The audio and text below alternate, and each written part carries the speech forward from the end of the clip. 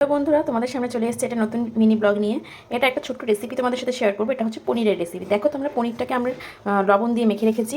এরপর পনিরটাকে আমরা সাদা তেলে ফ্রাই করে নেব।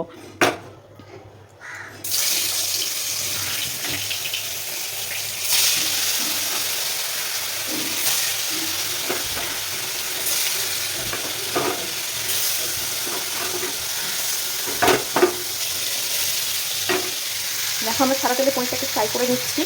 তারপরে একটা মশলা করে রেখেছি। এই যে কিছু আলু দিব আমি, যেহেতু আমি পনিরটা একটু কম, পনিরটা আমি রেখে দিচ্ছি কুকুরকে আমি পরে খাওয়াবো জন্য। তো আলু দিচ্ছি তো।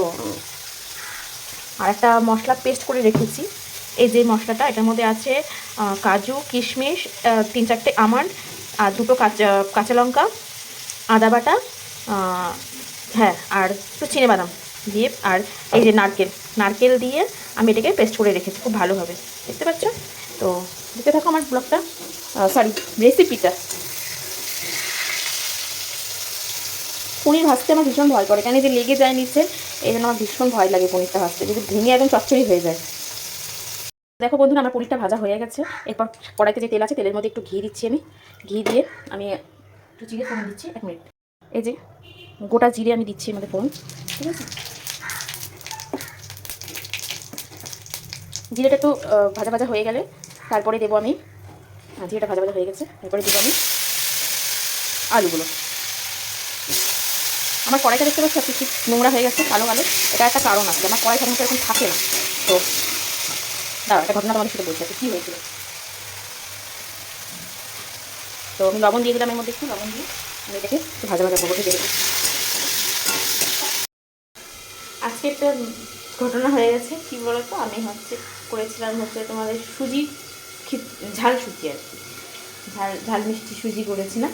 তো তোমার দাদা ভাই তো সুজি মানে ভাত খেয়ে যায় না, তো যার জন্য আমি ঝাল মিষ্টি সুজিটা করেছিলাম। করার পর আমি তোমার দাদাভাইকে দিয়েছি, কুকুকে দিয়েছি, উপরে যে জেঠু থাকে জেঠুকে দিয়েছি। দিয়ে আসার পরে আমি কী যে হয়েছে, আমার মাথা কাজ করছে না, গ্যাস অফ করতে ভুলে গেছি। মানে তোমার দাদাভাইকে দেওয়ার পর গরম, ফার্স্টে তো কুকুকে দিয়েছি, কুকুকে খাইয়ে টাইয়ে নিয়ে আবার গরম করেছিলাম, দাদাভাইকে দিলাম। তো যখন তোমার দাদাভাইকে দিতে গিয়ে গরমটা করেছি, তখন আর গ্যাসটা আমি অফ করিনি। গ্যাসটা অন করাই ছিল, বড় করা ছিল। যদি ছোটো করা তো তাহলে মানে এরকম হতো না, বড় করাই ছিল, মানে হাই ফ্লেমে ছিল আর কি। আর ঢাকা দেওয়া ছিল। মানে কি বলবো, মিনিমাম আধা ঘন্টা পর তোমার দাদাভাই যখন খেয়ে দিয়ে অনেক, আমার তো খেতে বসে গল্প করতে আধা ঘন্টা 20 মিনিট পরে যখন আসছে, কী গো তোমার তো এটা পুড়ে যাচ্ছে, তুমি কী বন্ধ গ্যাসে লাগাচ্ছ? তারপর সাথে সাথে অফ করছে, দেখে সব পুড়ে ছাই হয়ে গেছে। আর কি হবে, তো দেখ ফেলে দিলাম, তাও তো ও খেতে পেরেছে, তোমাদের কুকুর খেতে পেরেছে, তো ওটাই শান্তি, ঠিক আছে। এই জন্য কড়াইটাই অবস্থা, আমি মেরেছি কিন্তু উঠছে না, আস্তে আস্তে উঠে যাবে। তার সচরাচর আমার কড়াই এত নোংরা থাকে না। তো ঠিক আছে, দেখতে থাকো আমার এই ব্লগটা, সরি রেসিপিটা।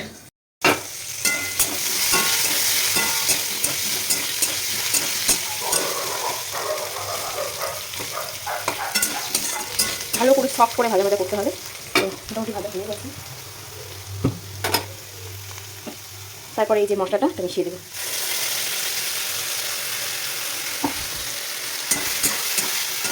আমার মশলাটা দিয়ে ভালো করে কষাতে হবে।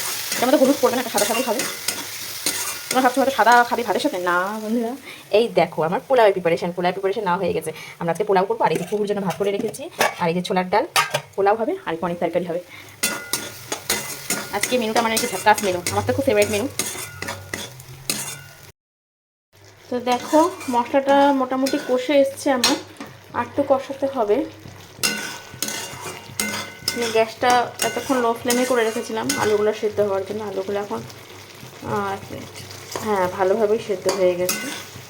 এখন মশলাটাকে ভালোভাবে একটু কষিয়ে নিই।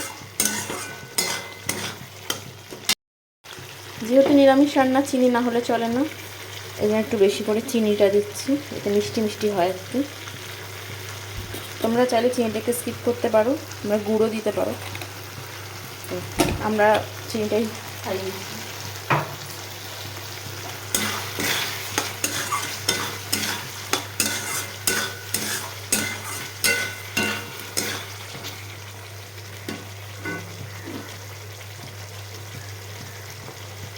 তো দেখো মশলা ফোড়ন কষে কষা হয়ে গেছে, তেল ছাড়তে আরম্ভ করে দিয়েছে। তারপর দিয়ে দেবো পনির,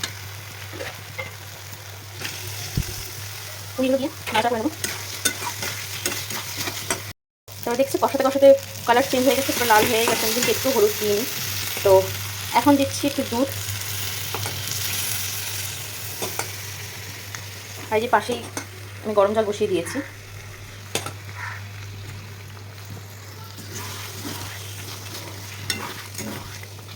দুধ দিচ্ছি, আর এবার দেবো এই গরম জলটা।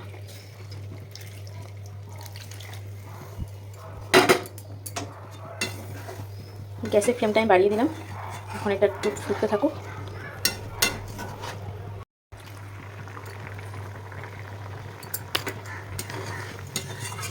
এটা যখন একটু গামাখা গামাখা হয়ে আসবে, তারপর আমরা আরও কিছু জিনিস মেলাবো, দেখাচ্ছি তোমাদের। তো এই যে মোটামুটি গামাখা গামাখা হয়ে আসছে, এরপর একটা জিনিস দিচ্ছি। এটা হচ্ছে আমার ঘরে পাতা ফ্রেশ ক্রিম, ঘরে বানানো আর কি আমার। তো সবটাই শেষ হয়ে গেছে, অনেকটাই ছিল, তো অনেকটুকুনি আছে, এটুকুনি আমি দিয়ে দিলাম।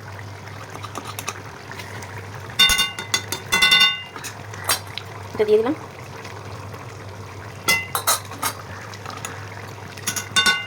তারপর দিচ্ছি একটু কাসুরি মেথি, তারপর এই যে কাসুরি মেথি দিয়ে দিলাম একটু।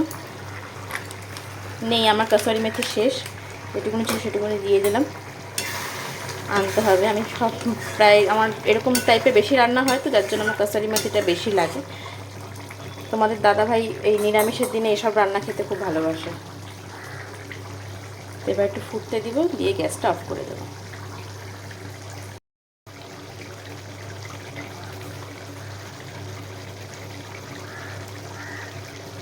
তোমরা একবার সবাই বাড়িতে বানিয়ে দেখো কেমন হয়, আমার তো খুব ভালো লাগে রেসিপিটা।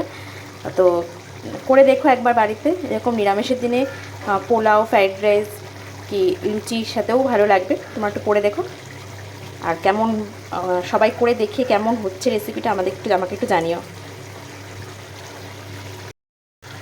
তো আজকের রেসিপিটা এখানেই শেষ, টাটা, বাই বাই। যে পোলাওয়ের রেসিপিটা তোমাদের সাথে শেয়ার করছি। এখানে আমি ঘি দিয়ে দিচ্ছি কড়াইতে, ঘিয়ের মধ্যে আমি গোটা গরম মশলা ফোড়ন দিয়েছি, আর দেবো হচ্ছে আদা বাটা। বেশি করে আদা বাটাটা যাবে, যেহেতু কোনো মশলা পড়ছে না, আমি কোনো মশলা দিই না, অনেকে দেয় জিরা গুঁড়া, ধনিয়া গুঁড়া, আমি দিই না। তো আদা বাটাটা বেশি করেই দিলাম। তো আদাটা একটু ভাজা ভাজা হয়ে গেলে এই পাশে আমি হাঁড়িতে গরম জল বসিয়ে দিয়েছি।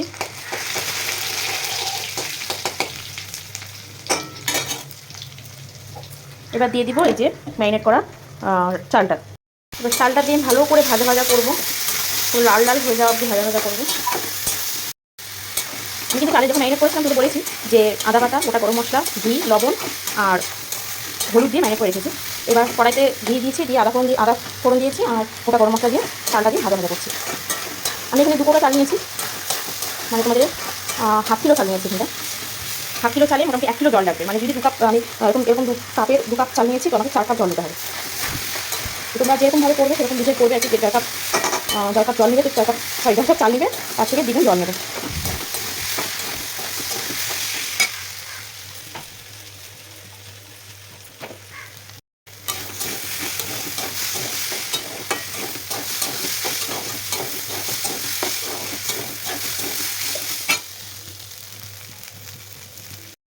তো এই যে দেখতেই পাচ্ছ খুব সুন্দর করে চালটা ভাজা ভাজা হয়ে গেছে, পুরো লাল লাল হয়ে গেছে। এখন আমি দিয়ে দেবো গরম জলটা। এই যে আমি গরম জল দিয়ে দিয়েছি, তো এখন ঢেকে দিব, নাহলে চালটা সিদ্ধ হবে না। তো চালটা সেদ্ধ হলে আমি চিনি দেবো। বন্ধুরা এখন ঢাকনাটা তুলে দেখি পোলাওটার কি কন্ডিশন। তো মোটামুটি হয়ে এসছে, আরও হবে। চালটা এখনও 80% কুক হয়েছে। তো এই সময় আমি এখন চিনিটা মিশিয়ে দিচ্ছি, কারণ চিনিটার থেকেও তো জল ছাড়বে। ঠিক আছে, আমি চিনি আর এই যে লবণ মিশিয়ে দিলাম, এখন মিক্সড করে রাখি।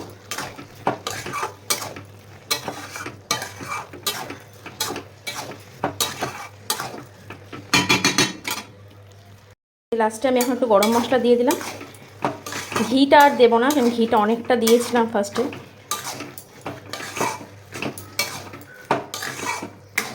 তো আমাদের পোলাও রেডি। এবার লাস্ট লুকটা তোমাদের দেখাবো, আর একটু ঢেকে দিই। তো দেখো বন্ধুরা, আমার পোলাওটা হয়ে গেছে, এখনও মোটামুটি জলটা টানিনি ভালো মতন, টেনে যাবে। এটা ঠান্ডা হয়ে গেলে পুরো ঝরঝরা হয়ে যাবে। তোমাদের ঠান্ডা হওয়ার পর আমি দেখাচ্ছি ফাইনাল লুকটা। এটা মোটামুটি হয়ে গেছে, আমি এখন গ্যাস ফ্লেমটা অফ করে দিচ্ছি। এটা এখন চাপা ঢাকা দিয়ে রাখবো, ঠান্ডা হয়ে গেলে তারপরে তোমাদের সামনে দেখাচ্ছি।